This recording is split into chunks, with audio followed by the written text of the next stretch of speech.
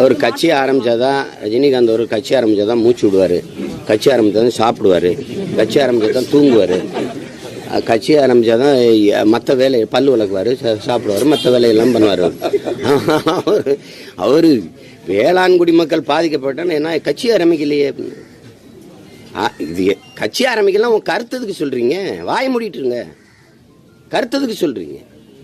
தூத்துக்குடியில் உங்களை பார்த்துட்டு பூரா சமூக விரோதி ஊடுருவிட்டேன்னு உங்களை சொல்ல சொன்னது யாரு? கட்சி தான் ஆரம்பிக்கலையே, கம்மன் இருக்க வேண்டியதானே. அங்கிட்டு போய் உட்காரு தம்பி.